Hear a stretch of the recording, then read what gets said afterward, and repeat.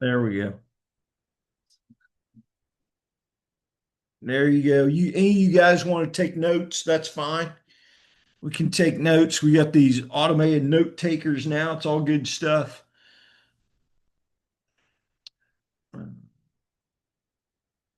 I don't know what that is. Firefly. Must be a note taker. Everybody good? Mm, this time of year is when we start to get busy in Central Florida, starts to pick up.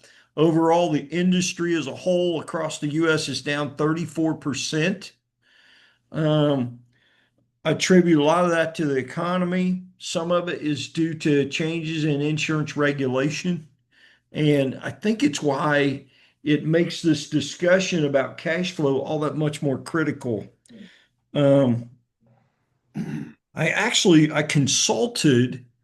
Hey, Chris, Hey I there. see you, Chris. How you doing? What's up? I'm good. Am I hanging in there? Just got guys popping in here. I consulted for a company that was $126 million and within the first week able to go in there and change their cash flow. And it's good to have great business practices from the very beginning. Doesn't matter how big you are, how small you are.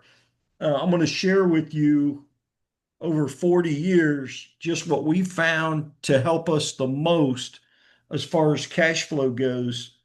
Um, and I'll talk about cash coming in and the heart of the matter, but there's some other things you can do. Um, the first thing I do with all my suppliers, so whether you're using Gulf Eagle, Beacon, SRS, ABC, there's some others out there. Oh, there's several others out there. It doesn't matter who it is. When they call me, I tell every one of them two things. You've got to be competitive on my price. Don't gig me. And the second thing is no credit card fee. And then we'll talk about terms. And some will give 30 days, some will give 60. So what we do in our business is we go the full term, 30 days or 60 days, and then everything goes on an Amex.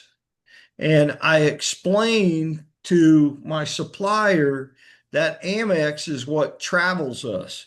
That travels the sales guys, whether we're staying at a JW Marriott or it's a plane ticket or whatever it is. It adds up, even when you're small, $100,000 a month at the supplier, let alone, and then as you grow, I mean, we're spending $1 million a month with the supplier, and it becomes really big. Um, the other things as you grow, those relationships with the manufacturer, whoever you've got, whether you're using Certainteed or ABC or Owens Corning, and I guess I'd like to know from you guys, who do you guys use? Where are you located, Chris? And who do you guys primarily use as your I'm in manufacturer? Atlanta, Georgia, and Dallas, Texas, and we use Owens Corning primarily on every job. Do you sell a warranty with every job? No, communicate the manufacturer's warranty, but we do not sell a warranty. Okay. You don't sell the manufacturer's warranty, No, not necessarily. right. Okay. Well, something I found, just a side note while we're talking about it, um, we used to make the workmanship warranty optional. So whatever's in your market, what we find in our market, we'll find a 3-year workmanship warranty, a 5-year workmanship warranty, a 7-year workmanship warranty. It's kind of all over the board, but 5 years is kind of the sweet spot. It's just our standard warranty. That's what I was doing. But then when I engaged with the hedge funds, they did not want the liability. Yeah. So I changed my strategy and we just started selling a manufacturer's warranty with every single job to get out of the liability. And the way it works is we're on the hook for 2 years. And after that, the manufacturer steps in. If we go out of business tomorrow, the manufacturer steps in automatically. But those But they're people they're are not they're paying. not covering your workmanship warranty though. They're just like defective product warranty, right? Understood. That's standard. Yes. Right. So The you other, still yeah, offer a 2 year workmanship warranty, uh-huh. but then what do you mean you sell the manufacturer warranty? Do you So, actually like give it to the customer for money or do you sell it? so Owens Corning, if you are a preferred vendor, you can sell a 10-year workmanship warranty that's backed by Owens Corning. Mm, You're a platinum got it. I contractor, you understand. can sell a Yeah. 25-year workmanship warranty backed by Owens Corning. Got It's kind of like it. warranty on your car. And in order to qualify for that, you've got to use the entire OC system, That's right? Like you correct. can't mix and match your materials and whatnot. Yeah, yeah, yeah. There are some specifications you have to meet. Absolutely. And same with Wait, GAF has a similar program, right? I mean, you can become an elite, um, and to be select a shingle master or select shingle master of certainty and et cetera. Yes, those are some things. Just an interesting note. But um, if you're as you grow, it becomes a profit center too. right. Uh, Makes sense. doing 60 roasts a week, I mean, it's $1 million a year just on warranties. Um, so that's a profit center. Some of you other guys, Alex, who are you guys using primarily as your manufacturer? Primarily, we're using ICO. ICO. And Yes, sir. and do you guys offer workmanship warranty through them? No, sir, not through them. It's your own. Yes, sir. Uh-huh. I've got some other buddies in the industry that sell an upgraded workmanship warranty, and it's their own. It's in-house, extremely profitable. Right. Just some other ways to do it. So, you, okay, I'm my business partner's been in roofing for decades. I'm new to it in the last 2 years. If somebody came to my house and said, "Hey, do you want a warranty? I'll sell it to you for X amount of money." As a customer, my first thought would be, "What are you talking about? Buy a warranty? You don't have a warranty? Like, you're not going to guarantee that you do the work on my house correctly?" I mean, what's this like? How do you sell that to Yeah, somebody? yeah. So when guys offer it, what would be standard, that conversation would look like this. We offer a 5-year workmanship warranty, just like everyone else in my market. So I offer a 5-year workmanship warranty. If you would like to buy an extended warranty, now it's just like a car. So if you'd like an extended warranty, we can do it for 10 years, we can do it for 25 years. You're still offering something. Yes, Yeah, got it. It absolutely. makes a lot of Now, sense. Yeah. what I'm doing personally, I don't offer any of that stuff. I don't say anything. It's right there in writing in my contract. It's a 10-year warranty backed by the manufacturer. I give it to every customer. Okay. Yeah. And it's built into the price. Yep. Makes And sense. it's profit center for us, but it's on every Yeah. one. I don't want the liability. Um, so with your suppliers, again, going back to whoever your supplier is, you want two things. You want the terms, treat me fair. You're not going to gig me on the price. I need 30 days. I need 60 days, whatever they will give you, and then no credit card fee. Get you an Amex card and put it on there. Yep. And you can get that right away. You'll be able to get that from your manufacturer. Yeah, they're offering that. I'm sorry, from your supplier. The second thing is your manufacturer, and a lot of roofers do not use this. I think they don't know about it, but your manufacturer, whoever you're using, whether it's Owens Corning or ICO or Tamco or Malarkey or whoever it is, they have programs. GAF is really aggressive in our market right now. They've called me, we'll wrap all your trucks. I mean, they're way out there. They're giving us all kinds of money. And I just happen to be an OC guy. And it doesn't matter. Whatever you use, you use. But get with your supplier and get with your manufacturer.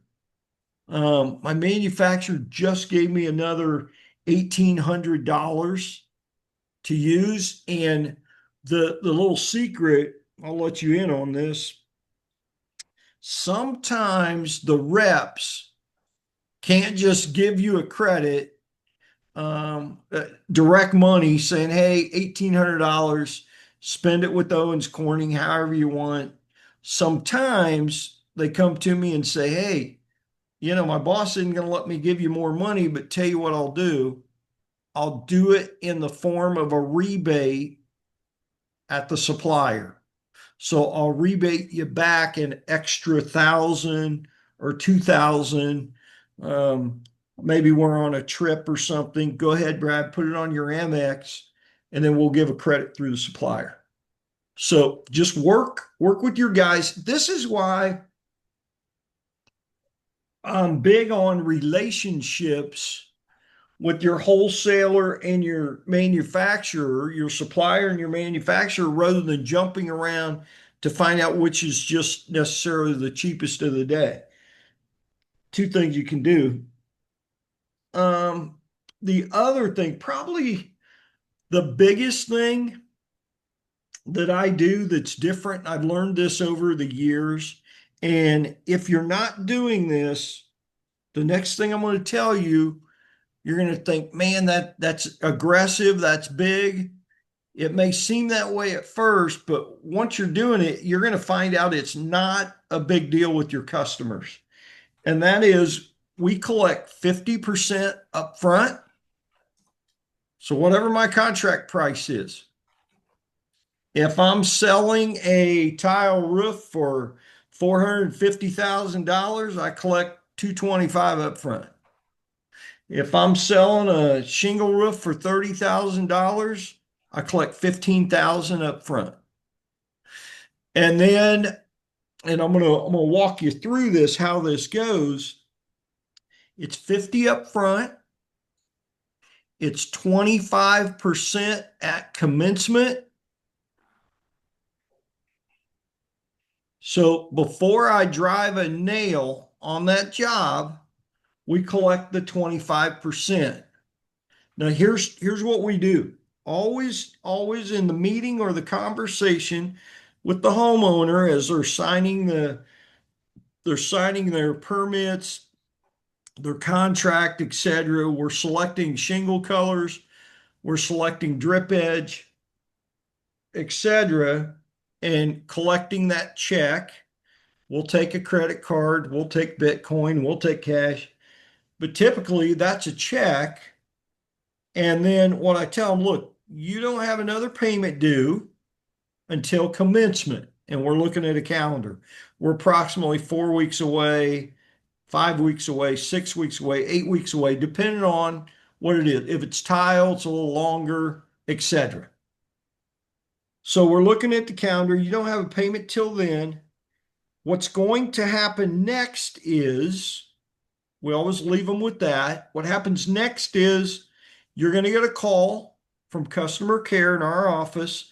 They're going to double check your colors and double check the date.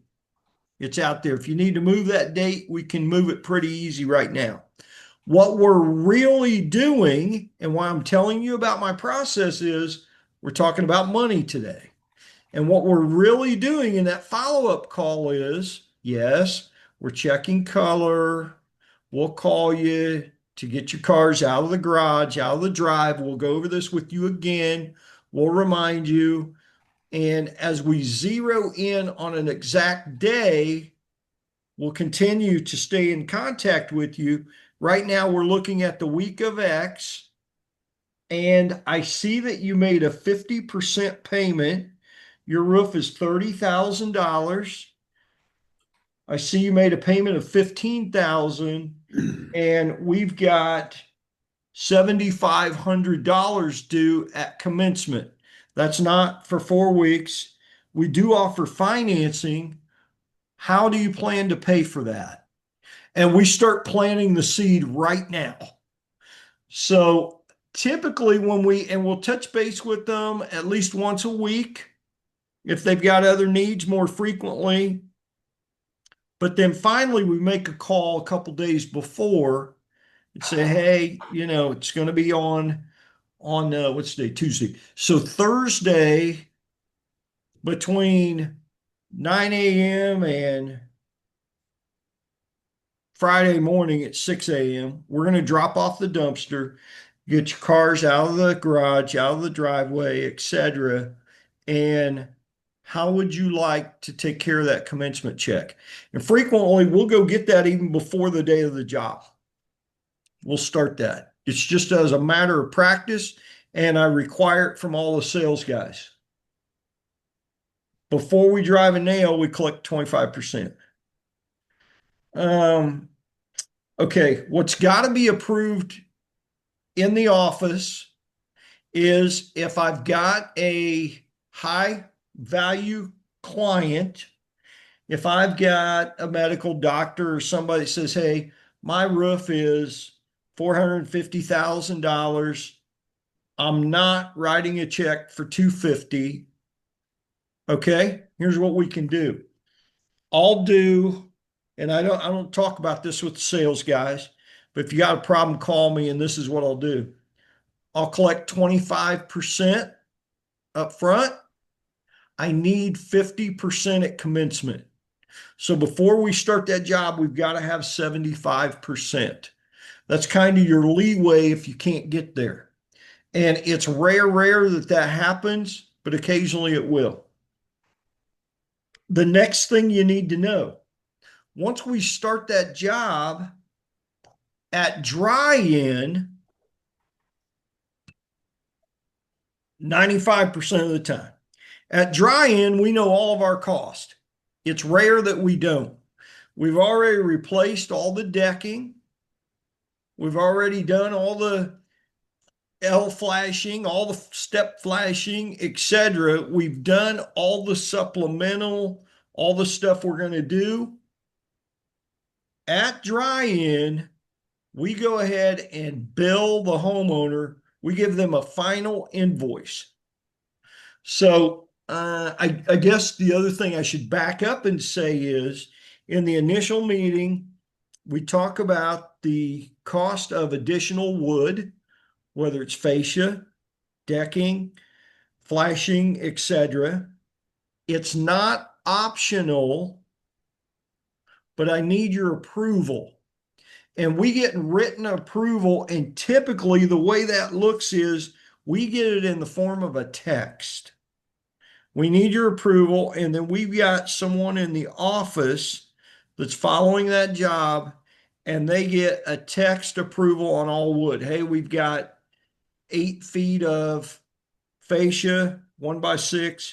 We've got 4 pieces or 4 sheets of decking, etc. They're $90 a piece or $100 a piece or whatever you're doing, whatever's commensurate. And we go ahead and get an approval. And then in the final invoice, it's basically 25% plus the extras. And we collect that money when we leave the job. When we're done, whether it's a 1-day job or a 2-day job, or if it's Tyler Metal, maybe a few days longer, but we collect that money when we leave. They're well aware of it. They got a couple days, and the office is asking them, how do you want to pay for that? Do you want to do cash? You want to do check? Credit card, 3% fee, cash, 2% discount. Most people pay with check.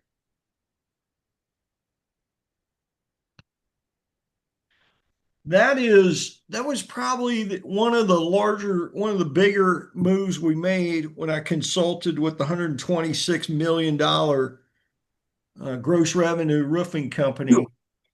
Um, it immediately changed cash flow because what they would do is collect 25% up front, and then they were trying to collect another 25% at commencement. That's what they were supposed to do, but nobody was collecting it. And you guys are all going to relate to this. The gutter is dented, so the homeowner's holding on to 75% of the check. Yeah, we've all got those. We got to get out of the job, the punch list. You got to get through as fast as you can. Um, Hey, Brad, I'm just curious, when you're yeah. talking about $450,000 job, is that usually like an insurance job? No, that was just residential. I've been in the business a long time, and I do a lot of high end tile. That was a personal residence. Yeah. Did one for that particular individual owns 123 nursing homes, and it's just referral, right? I mean Yeah. referral. Recently finished one for 624,000. Oh, Finished I one for guess 893,000. All personal residents, just my, high end my, clients. my Um, curiosity with your payment collection process is more about, if you do have an insurance customer, they're not going to have, sometimes they might not have the final payment on the day that you're completing the bill. Do you have a different process in that scenario, yes, or do you? Okay. yes. So what I do there is we will get them financed, and the way I sell that is, um, let's go ahead and finance that, and there's all terms there, meaning you can do no payment, you can do 0% interest, same as cash, simple interest, whatever suits them. We let them click on the button and select what they want, and then whatever, this is what I tell them, whatever money comes in, that's yours. Yep. That's yours to hang on to. We don't even need to know that amount. We don't need to get in your, of course, we already know we're pretty close on what they're getting, but that's the way we do that. Yeah, you can't finance them all, especially as you grow. Does that answer your question? Yeah, it does. Hey, I, Harry, What? How you doing, Brad? I'm hanging on, man. You good? I'm good. I'm good. Go Tigers. Let's go, baby. I like it. Yes, indeed. We're just talking through some of it. The other thing, do you guys have issues collecting? Um, and how do you guys do it? What percentages do you guys collect? What we were just talking about, Harry, talking about 50, 25, and final. So usually 50% up front is what I collect, and then 25% at commencement, and then we send out a final invoice as soon as we're dried in. We know what we're collecting. How do you guys do it? Pretty much the same way if it's a cash job. If it's an insurance job, it is just a little bit different because I wait for insurance for the majority of it, or at least an approval for it before we start the project. Yeah, that makes sense, an approval. But once you get an approval, do you guys finance it then? I have. I Mm-hmm. don't like to because of the Mm-hmm. cash flow issues, especially in a restoration or a storm event. You Yep. just, there's only so much as a company you can do. By then, uh, it's it's we don't finance enough of it but we won't take anything more on that can be financed. But I's must be dotted, T's must be crossed for sure. So the one I will finance is the flippers. And what I do though, to sweeten the deal for us as a company, we tag a fee on there. And for those of you that don't know this part of my story, forever, I could never sell a roof to a flipper. And I think they're going direct to the crews. They just want the cheapest roof they could possibly get. And I was never in the conversation. And it was a Saturday morning. I was sitting in my house. I thought, man, what is better than cheap? The only thing better than cheap is free. So what I did, I had my team getting all the chats locally with the flippers, and I just got a deal. You don't need to qualify or anything else. We'll put your roof on and we'll collect at closing. We do that as an option. When they choose that option, I mark it up, and typically, and if there's an exception, I'll change it. But typically we're talking about a 25, 30, 35 square roof. And what I do is I'll put another $1,000 to $1,200 on the fee, and I'm at my market rate. I'm not discounting anything.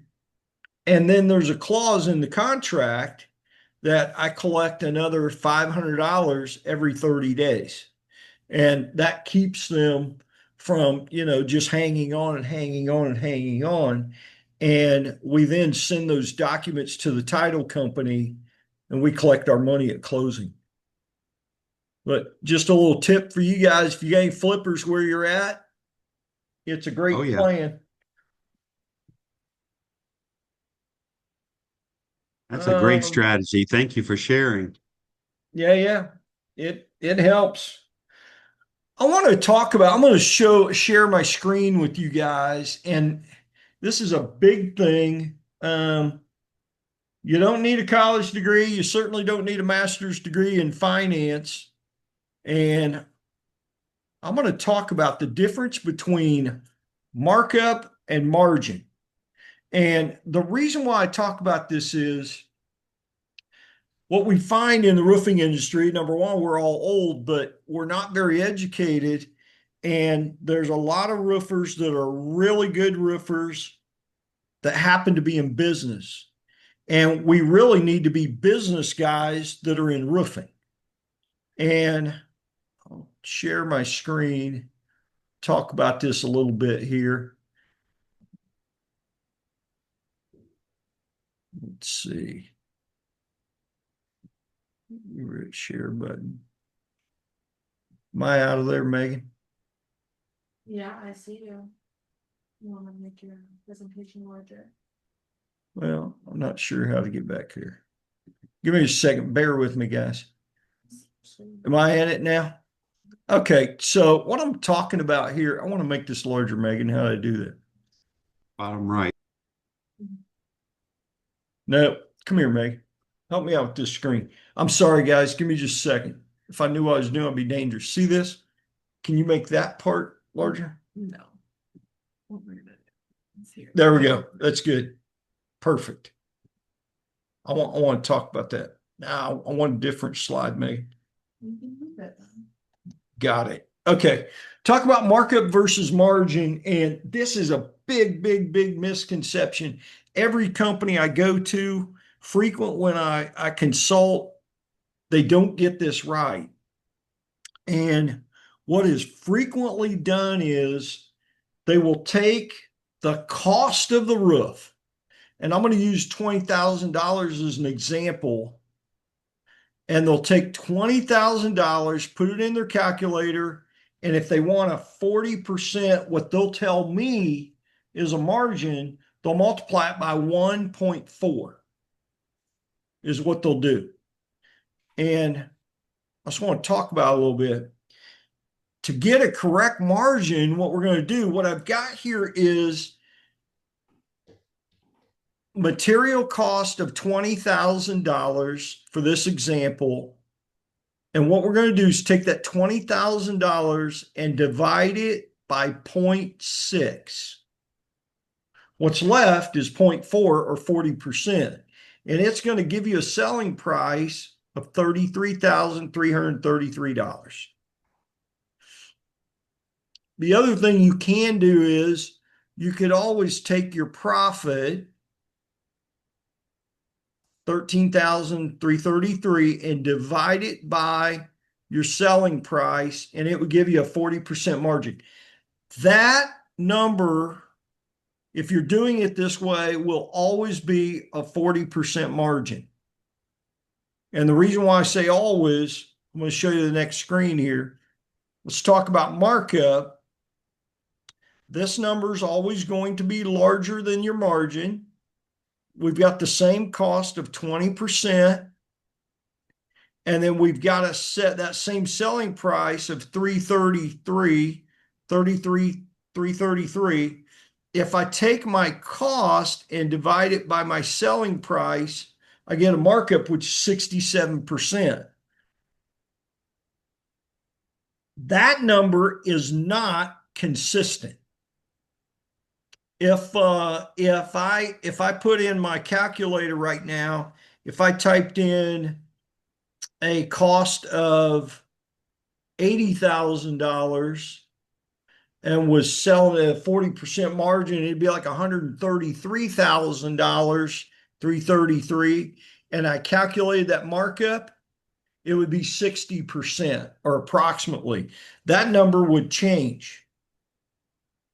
What you want to do is stick to your margin, and as we go throughout the country, and I'm not going to tell you guys how to operate, every market is different, but your margin should be somewhere around 40%. And I'm going to back off that statement a little bit. That's about where the market is, but depending on the size of your company and the overhead you have, you've got room to play with that number. If you've got no overhead, it depends on what kind of profit you want to make. Most companies will operate at a 40% margin to take 20% to the bottom line, which means they got about 20% overhead. And that just depends on the size of the company and how you're scaling. What I suggest, not to go off topic here, I want to come back and ask you guys about your margins, but what we do with that money, being in a startup, again, is I pay my sales guys very, very well. There's nobody in the market that pays better than me. I've got a 40% margin. I absorb all the overhead and I split the profit with sales guys. That's the pro tip on how I hire away the best high profile sales guys in the market. They can make more money with us than anybody else. What are you guys doing for margin? Where are you guys at? And what's your market look like?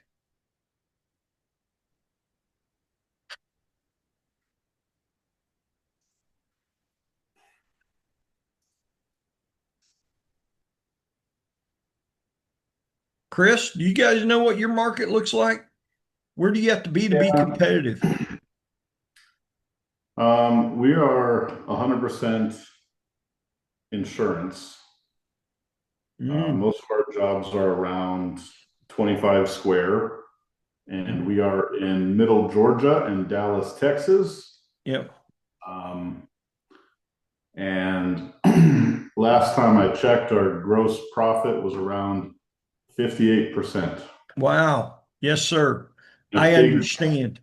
A big reason for that is my business partner ran a company for 4 years offering insurance supplementing services to other contractors. And the system he developed is pretty powerful. And we've internalized it for our process. So we are adding anywhere from $900 to $9,000 to every single job before we start. Understood. Man, that's strong. Love it. Love it. Yeah, we've got bigger margins on insurance Yeah. as a way to operate. But also we're not seeing nobody's ready to give us a $450,000 project yet. Understood. Yeah. Something interesting too, I want to mention is in this market, when I started bidding multifamily, yeah, I couldn't get a job. I mean, I was bidding and bidding and bidding and I wasn't getting, I wasn't even in the conversation. They wouldn't even call me back. And finally I had a property manager that I developed a friendship with, and he shared with me the proposal. And what I found in my market was multifamily is about a 30% margin. And we were just in left field with our pricing. And when we cut that margin from 40 to 30, we became competitive. And just a different deal. We get with our sales guys, say, hey, it's a little bit thinner, but you're still going to make $50,000 on this job, which is a go for them, you know. But yeah, you've got to be commensurate with your market, whatever it is. Also, when we talk commercial, we talk EPDM, we talk TPO, even some of the commercial bitumen roofs, large scale. Those margins tend to be closer to 30 also. Just kind of depends on where you're at and what you're doing. Yeah, if we were competing, with having to quote the job from scratch, I don't think we'd be anywhere near the high 50s. But yeah. Yeah, it's well, insurance, different animal altogether. What a great place to be. Yeah, what do you? I'm interested to know. You're in Georgia. Um, where are you located, Harry? Louisiana. You're in Louisiana. Do you guys do much insurance? Yeah, a good one of the well, when there's storms, we do a good amount of Yeah, insurance work. Anytime a disaster hits, we do a lot of that work, and yeah. the margins are very similar to what Chris was saying earlier on the insurance work. What I call um, cash roofs or cash jobs, Mhm. not so high, in the 30 to 40% range. Wow, that's interesting. As the economy changes, I think we've got to do three things. We've got to offer repairs. We got more people when we're not insurance. We got more people opting for a repair than a re-roof, and we've got to offer financing. And the third thing is, we've got to be able to do commercial or multifamily. Um, the doctor that collects his money from insurance, if he's got a leaking roof, he's going to replace it. The attorney that's doing accident injury is collecting his money from insurance. Those people are not affected by the economy is a point. If they need a roof, they're getting a roof. Um, and it is true. My mix, and we don't go outside our area to chase a storm, but we're certainly active when we got a storm in our backyard. We're about 70-30, just on a day-to-day basis. We'll run into homes that have damaged roofs, and we throw those in our pipeline, and those are insurance jobs. We go off Xactimate pricing, but we're about 70-30 on our mix, retail to insurance. Um, I wonder, what are any of you guys using social media? Chris and I were talking about that earlier, or I'm sorry, Alex and I were talking about it earlier. Are any of you other guys using social media at all? No, not really. Well, do you guys use social media, Chris? What do you mean by use it? Like Well, are posting you guys or on social media at all? Is it yeah, doing yeah. anything for you? We're on all the main platforms, Pinterest and LinkedIn and Twitter and Facebook and Instagram and YouTube and TikTok. But um, last year we did quite a lot of paid advertising on Google and Meta platforms, Uh-huh. and had some spurts of success, but not enough to like keep going. So we pulled back, and just in our journey to like figure out our lead generation strategy, we haven't been back, but we do post organically all the time. Uh-huh. Because when somebody's looking us up, we just want to be active and current and demonstrate what we're doing. But I guess so. My background is actually in digital marketing before getting into a roofing company. At one point in time, I managed 45 different brands, and we were spending upwards of $3 million a month on paid advertising on Google and Instagram and Facebook and whatnot. And that was like consumer products, electronics and things like that. But this is a completely different market. And what I've noticed, and I guess my current opinion is, people don't care about their roof ever at all until it's leaking, and they need to go find somebody to fix it. Like, if you aren't in that moment where you're actively seeing a water spot grow, you don't care about roofing ads. Nobody gives a shit about that, excuse my French. And so I'm kind of having a hard time like figuring out where paid advertising really exists. Something big that we're focused on right now from a digital lead generation standpoint is more like Google LSA ads. Mhm. That's local service ads. It's like a guaranteed thing. Google Like guarantee. Google makes it look like you've been vetted and they you know who you are and stuff like that. Because when people need a roof repair, they don't go to Facebook. They go to Google and Right. they say, find a roofer near me. And that's where your customers are trying to find somebody to do the work for them. And a lot of times, like, most people don't have a roofer because homeowners generally don't care about their roof. And this is just my perspective from coming from not being a roofer until just a little while ago. And everybody I know, nobody cares about the roof at all. I know as like roofers, we don't like to hear that, but it's a foregone conclusion that your house even has a roof for most homeowners, let alone the fact that maybe you have to fix it someday. Getting your roof worked on is not something people are searching for until there's a leak, until you have shingles in your yard. And so when you think about how people use different platforms, when you're on Facebook, Instagram, or TikTok, you're not in a purchasing or research mode as a consumer. You are in an entertaining boredom mode. You're looking for content. You're not looking to be interrupted by somebody's great ad like, hey, do you want a roof for $3,000? Swipe, don't care.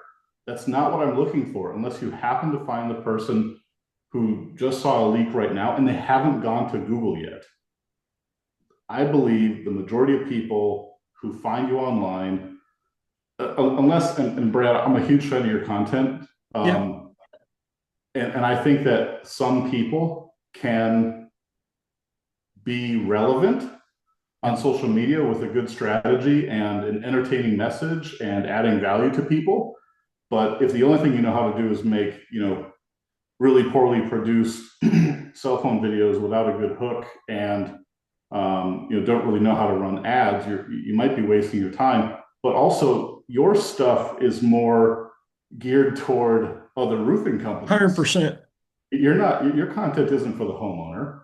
Right. So yeah, I think people who try to make content for the homeowner and expect that to work to like get new customers is a misnomer. I think where that content comes in, where you're demonstrating your expertise on your YouTube channel, your TikTok, your Facebook, your Instagram, when somebody has decided, I think this is the contractor I want to work with, let me go research them, then they might see your content.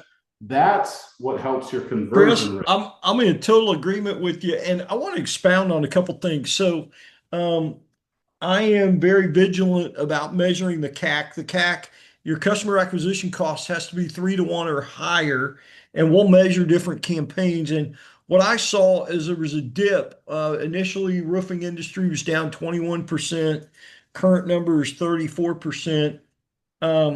We've seen it just dip a little further. And once again, what I said in the beginning of this conversation was, we need to be business guys that are in roofing rather than roofers that happen to be in business.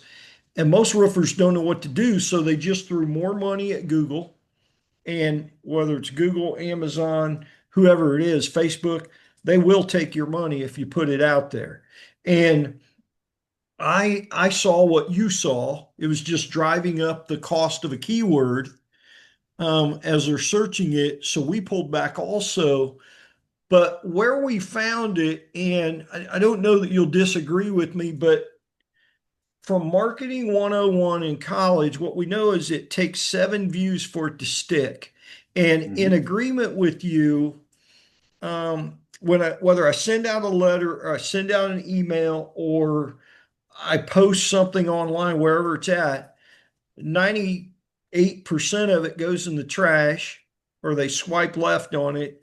And, but what is important is this: you have to stay out there because when they need it, they need it. Yep. And you've got to be there. If you're not there, they don't remember, and you've got to be relevant. With that said, here's my recommendation. I think a mistake is the company thinking we have to post on socials in order to gain clients. I agree with you. Yeah, you need the socials, you need the web page, etc., because people are going to research you and they want to know you're real. You're perceived as not real if you don't have it. But what's important is all of our office people, all of our salespeople post on whatever medium you're on. If you're just on Facebook, fantastic. Here's some videos to put on Facebook that talk to the consumer because who you're going to sell is your sphere of influence, your family, your friends, etc. That's going to help the sales guys. Does that make sense? Yeah. You just got to be out there. Your family and friends have got to know what you're doing. And I'd encourage every one of you guys help your sales guys in whatever platform they're on. They don't have to go create new platforms. Yep. And you're right, my content very consistent. I'm talking to sales guys and roofing company owners is who we're talking to, and I'm not after the homeowner. Um, Does your roofing company, Brad, um, have content targeted to the homeowner? yes, yes. So what we do is, again, I'm big with office people, sales guys. We incentivize that. We incentivize the reviews. If you Yeah. get a review, they mention your name and the company name in a review. We incentivize that and more money if it's a video. We know that video pulls better even than words. Um, but yeah, I mean that's where we're at. How do you incentivize reviews? We give $20. That's it. Yeah. If it's video, we give 25. Um, I'll give you guys you guys are on here. I'm going to give you one more pro tip. So the company I built sold for $25 million. Um, this last company I built, and one of the things we get 1,300 5-star reviews, and it sounds like a lot, and it is. What's amazing is how many roofs we put on and how few reviews we really got. I mean, it seems like nobody wants to give you a review unless it's bad. So here's what we did. This is the pro tip. Um, we know that the homeowner is happiest immediately after the job is complete. So what we would do, go in, are you happy with everything? Yes, I am. Yes, I am. Okay. Would you leave me 3 5-star reviews?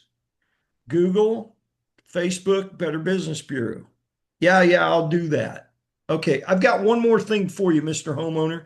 I don't know if you know this or not, but across the US, on average, you can save 23% on your homeowner's insurance if you'll get a wind mitigation.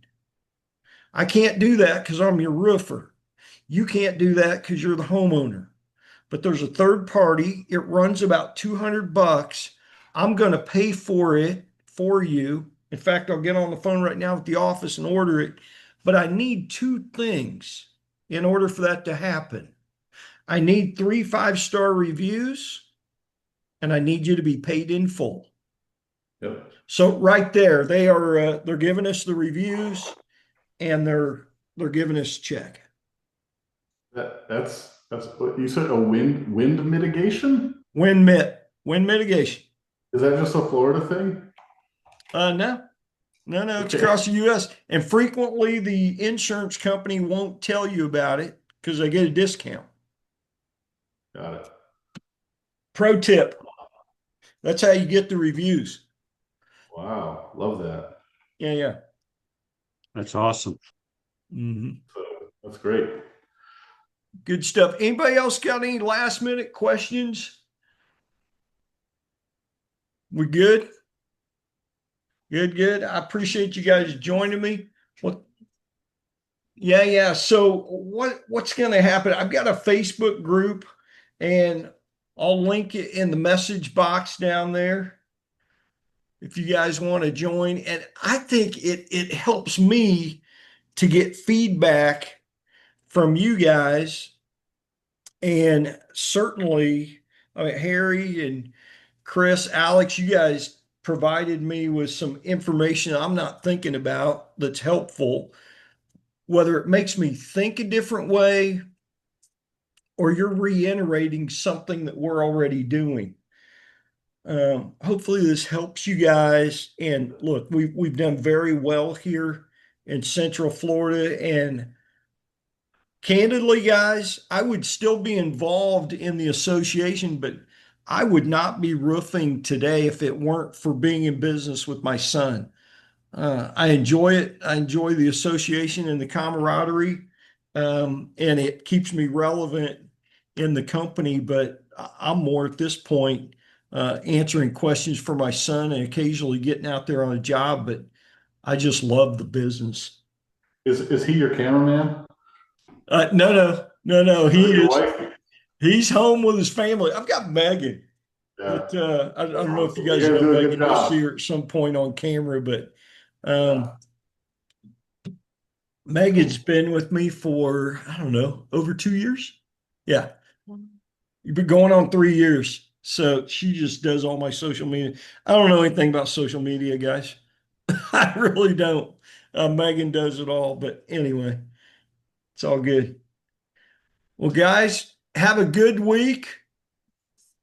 Let's get off to a fast start for summertime, and I'll see you guys next month. All right. See Thank you. you, Brad. Appreciate it, sir. All right, Nice guys. meeting you, Chris. Sir, guys.